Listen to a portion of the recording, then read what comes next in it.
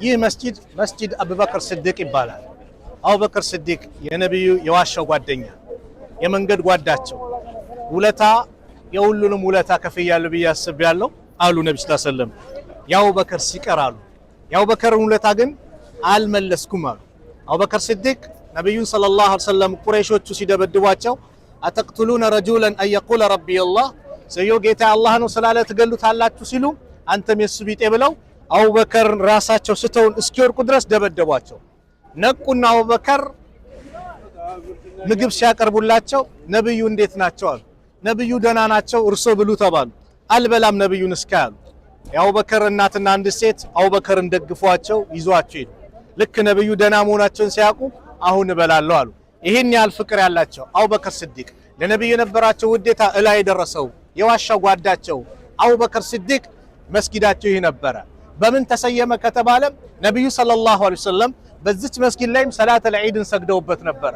አቡበከር ስዲቅም ረዲየላሁ ዐንሁ የነብዩን ሱና በመከተል በኸሊፍነታቸው ዘመን እሳቸው በሚያስተዳድሩበት ወቅት ላይ እዚህ መስጊድ ላይ ሰላተል ዒድን ያሰግዱ ነበርና አብዛኛው ኸሊፋዎች የራሳቸው ምን አላቸው መስጊዶች አላቸው።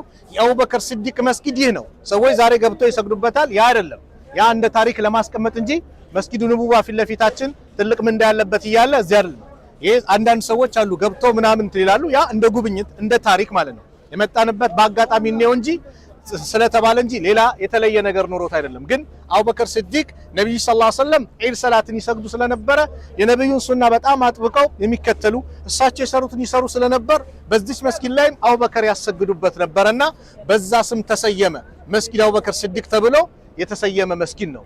አቡበከር ስዲቅ እንግዲህ ማለት የኡማው ኢማን ቢባል አቡበከር ላይ ነው ብለው ነብዩ ሰለላሁ ዐለይሂ ወሰለም የተናገሩለት። አቡበከር ስዲቅ ማለት ኸይር ነገር በአጠቃላይ እሱ ጋር አለ፣ መልካም ነገር በአጠቃላይ የሰጠ ሁሉም ሰው እንደው በስምንቱም የጀነት በር ይገባል ቢባል ማን ነው ተብሏል?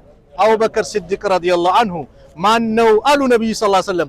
ዛሬ የታመመ የጠየቀው አሉ አቡበከርን ያሉ። ማን ነው ዛሬ ሰላተል ጀናዛ የሰገደው የሸኘው? እኔ አሉ። አቡበከር እኔ ሲሉ በሁለተኛው በሶስተኛው ጠየቁ። ማን ነው የጾመው አሉ። እኔ አሉ። ማን ነው ሰደቃ ያወጣው? እኔ አሉ ነብዩ አቡበከር ስዲቅ። አራት ነገሮች አይሰባሰቡም ጀነት የገባ ቢሆን እንጂ ብሎ የተመሰከረለት ሁሉም የጀነት በር አለ፣ የሰላት በር አለ፣ የምን አለ ጀነት ውስጥ። በስምንቱም ግን አንተ ትጠራለህ ብዬ ተስፋ አደርጋለሁ ብለው የመሰከሩለት አቡበከር ስዲቅ ታላቁ ሰሃባ መስጊዳቸው ይህ ነበረ። ሰላም አለይኩም። ወዴት እንሂድ? ከዛስ علي እንሂድ። መርሐባ የዛኔ እኮ ይሄ ነው እኮ አሁን አስፍተው ሰሩት እንጂ